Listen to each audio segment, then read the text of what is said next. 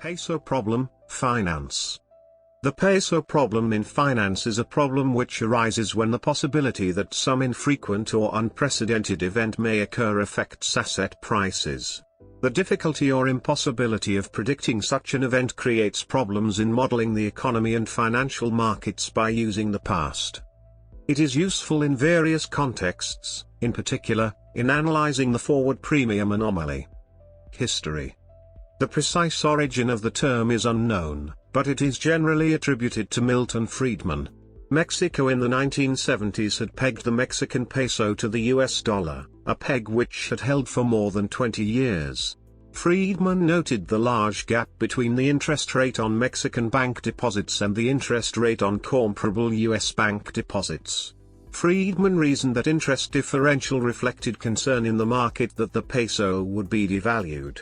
This was eventually realized in 1976 when the peso, allowed to float, fell 46%. Since the currency value had been pegged for a long time, the differential in interest rate looked like an anomaly or flaw in financial markets. An investor could exploit the difference by simple currency conversion and make a profit. The anomaly could be explained once the possibility of a large drop in the value of the peso is admitted. The empirical work first discussing this was by Kenneth Rogoff in 1977, which was part of his PhD dissertation. The first treatment in academic literature was by Krasker in 1980.